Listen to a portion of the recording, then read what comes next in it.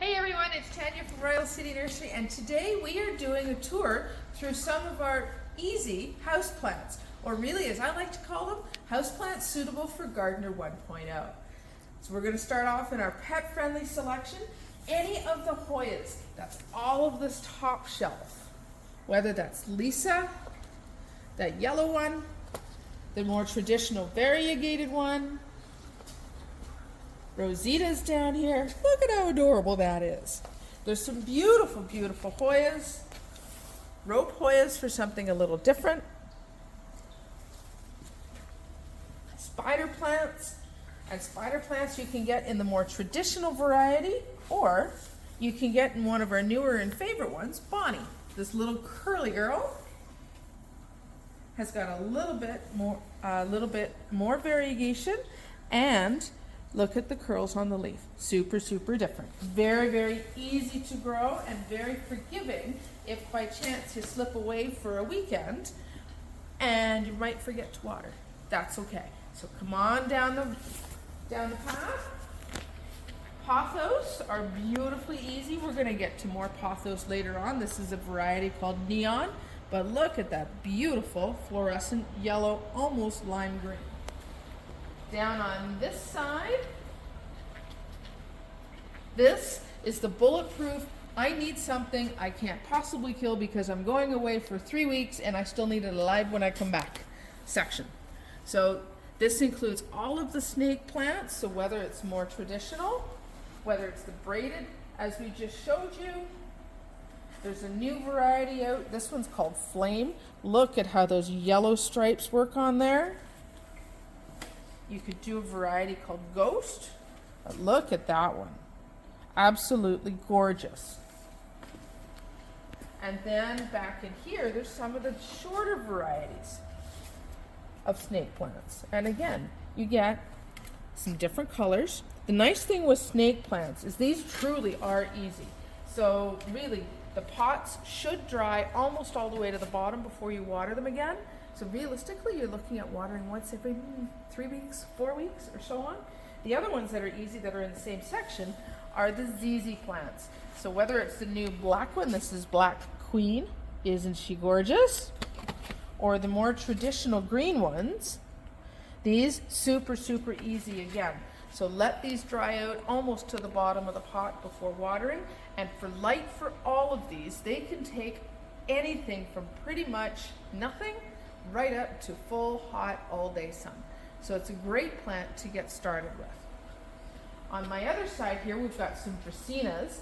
Love, love, love Dracaenas. These are beautiful and easy. It's really good for the bathroom, really good floor plant.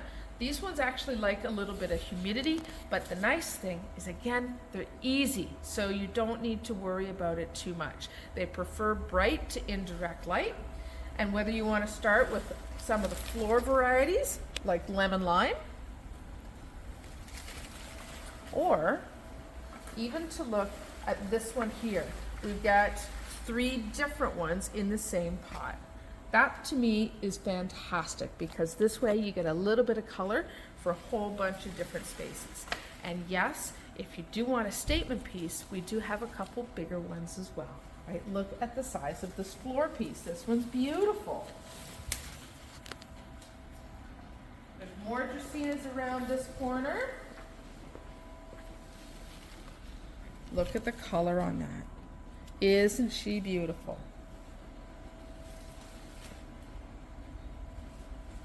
Ooh, stay. Come on. Get in there. There she goes. So again, a few more Dracaenas and lots of different colors. If you get into the dark ones, like this one up here, this is a variety called Janet Craig. And this is one we've had for a long, long time. Really easy, easy plant. And the nice thing is if you forget to water them every once in a while, they're a little bit more forgiving. They might go a little bit scruffy, but they'll grow back just fine.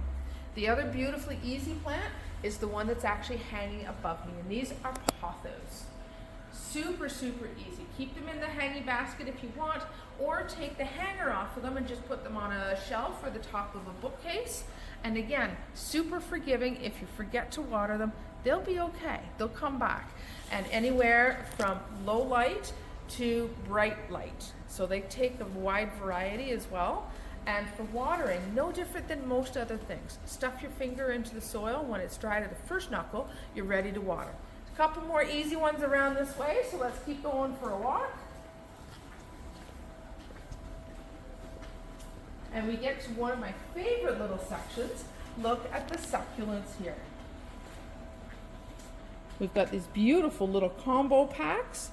So you get a few different varieties in one pot. Or look at all the selections. So these are echeveria. The neat thing with these, well, think of them like an indoor version of the sedum that is in your outside garden. But the nice thing about this is look at this. Look at how it holds the water droplet in there. Really, really pretty. Super pretty. These take bright light, but they do not like direct light. Most people look at these and go, oh my gosh, this is a desert plant.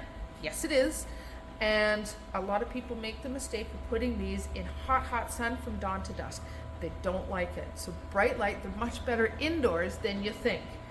And for watering on these, you want them to be almost dry. And again, they do really, really well in combos. So if you want to pick out a whole really cool batch of little guys, plant them up together, or you can plant them in a glass jar, like we've got these ones started, and get your terrarium going. The last one I want to touch on are these. And these are called Haworthia. So it is another succulent type plant, so super easy. And again, they like it dry. They like it with bright light, but again, not that noon to too hot, hot, hot sun.